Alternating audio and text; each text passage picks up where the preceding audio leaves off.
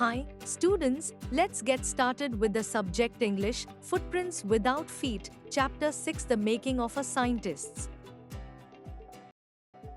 At the age of 22, a former Scout of the Year excited the scientific world with a new theory on how cells work. Richard H. Ebright and his college roommate explained the theory in an article in the Proceedings of the National Academy of Science. It was the first time this important scientific journal had ever published the work of college students. In sports, that would be like making the big leagues at the age of 15 and hitting a home run your first time at bat. For Richard Ebright, it was the first in a long string of achievements in science and other fields. And it all started with butterflies. An only child, Ebright grew up north of Reading, Pennsylvania. There wasn't much I could do there, he said. I certainly couldn't play football or baseball with a team of one. But there was one thing I could do: collect things. So he did, and did he ever? Beginning in kindergarten, Ebright collected butterflies with the same determination that has marked all his activities. He also collected rocks, fossils, and coins. He became an eager astronomer, too, sometimes stargazing all night.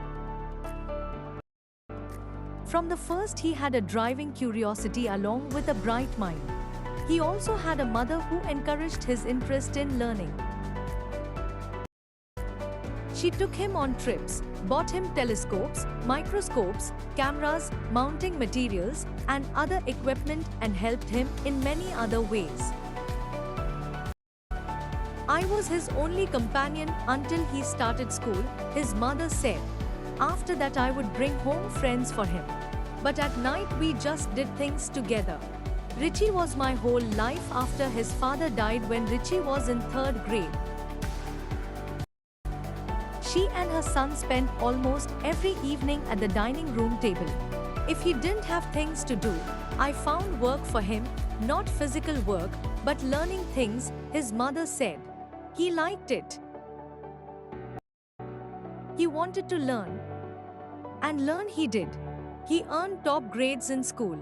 On everyday things he was just like every other kid, his mother said.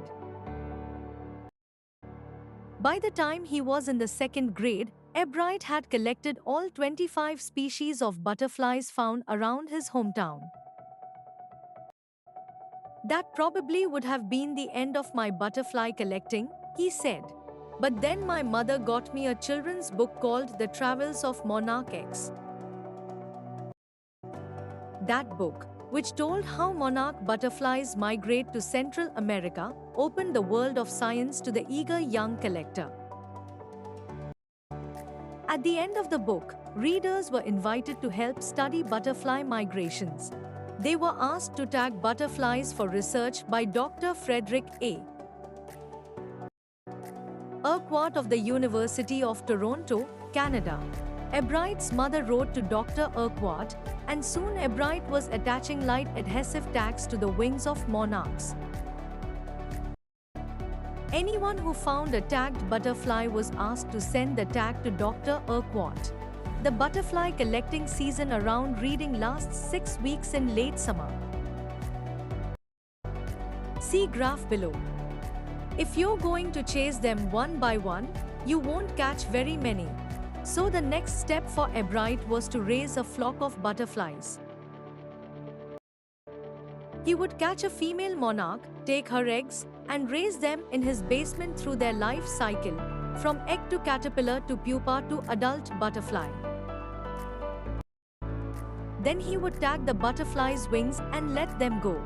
For several years his basement was home to thousands of monarchs in different stages of development.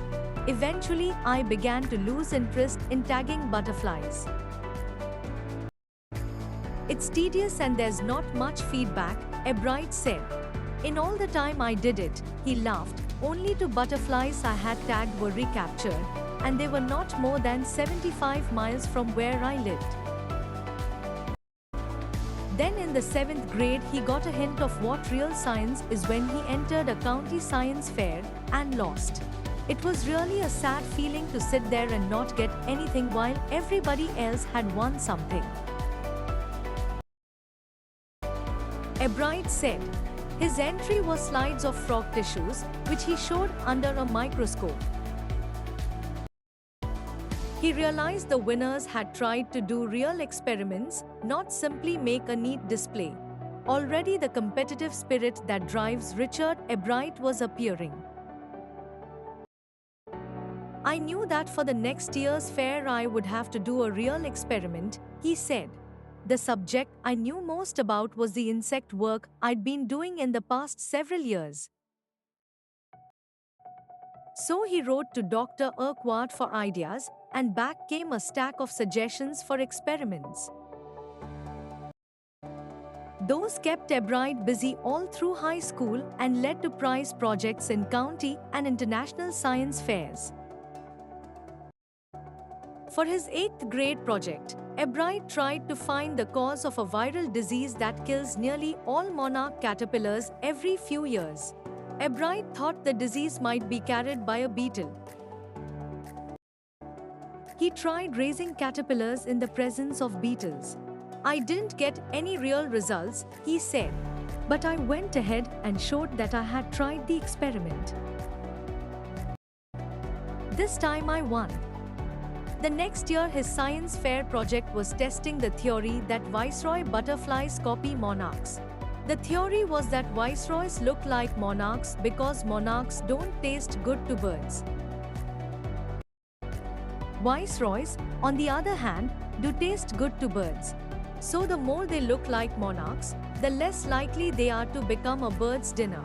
Ebright's project was to see whether, in fact, birds would eat monarchs. He found that a starling would not eat ordinary bird food. It would eat all the monarchs it could get. Ebright said later research by other people showed that viceroys probably do copy the monarch. This project was placed first in the zoology division and third overall in the county science fair. In his second year in high school, Richard Ebright began the research that led to his discovery of an unknown insect hormone. Indirectly, it also led to his new theory on the life of cells. The question he tried to answer was simple: what is the purpose of the 12 tiny gold spots on a monarch pupa? Everyone assumed the spots were just ornamental, Ebright said. But Dr. Urquhart didn't believe it. To find the answer, Ebright and another excellent science student first had to build a device that showed that the spots were producing a hormone necessary for the butterfly's full development. This project won Ebright first place in the county fair and entry into the International Science and Engineering Fair. There he won third place for zoology. He also got a chance to work during the summer at the entomology laboratory of the Walter Reed Army Institute of Research.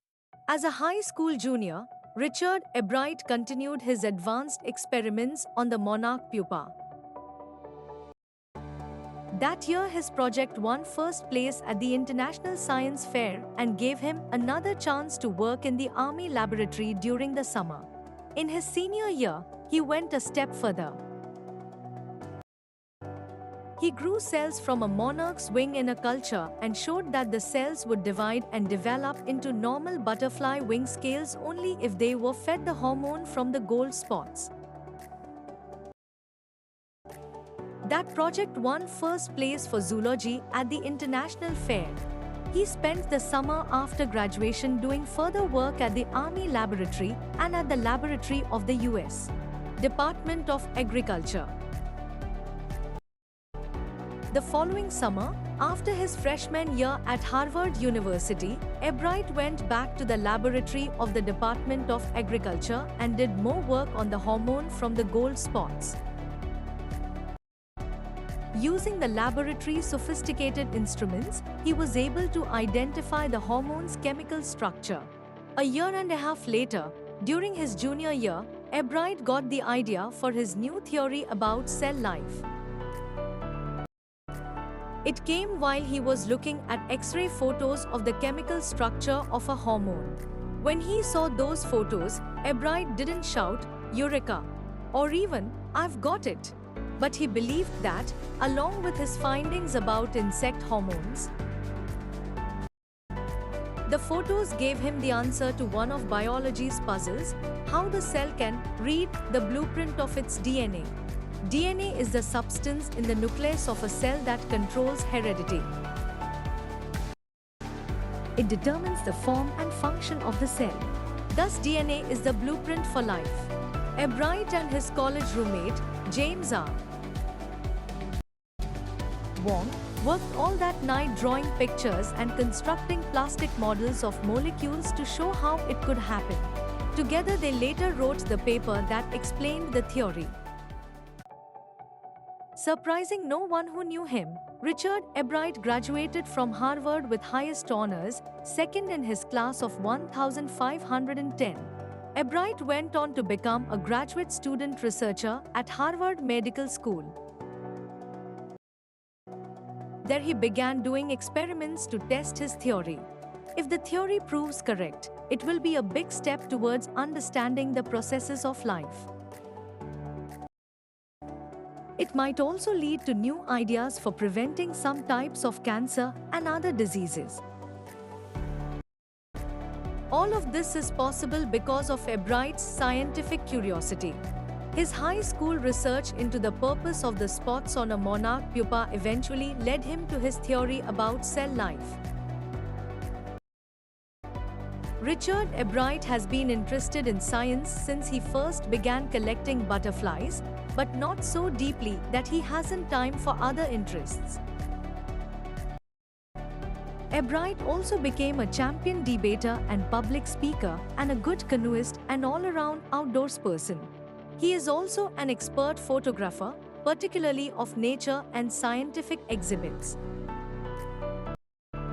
In high school, Richard Ebright was a straight-A student.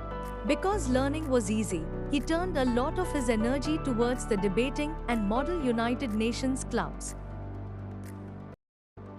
He also found someone to admire, Richard A. Vehera, his social studies teacher and advisor to both clubs. Mr. Vehera was the perfect person for me then. He opened my mind to new ideas, Ebright said. Richard would always give that extra effort, Mr. Vehera said. What pleased me was, here was this person who put in 3 or 4 hours at night doing debate research besides doing all his research with butterflies and his other interests. Richard was competitive, Mr. Vehera continued, but not in a bad sense. He explained, Richard wasn't interested in winning for winning's sake or winning to get a prize. Rather, he was winning because he wanted to do the best job he could. For the right reasons, he wants to be the best. And that is one of the ingredients in the making of a scientist. Start with a first-rate mind, add curiosity, and mix in the will to win for the right reasons. Ebright has these qualities. From the time the book, The Travels of Monarch X, opened the world of science to him, Richard Ebright has never lost his scientific curiosity. Thanks for watching.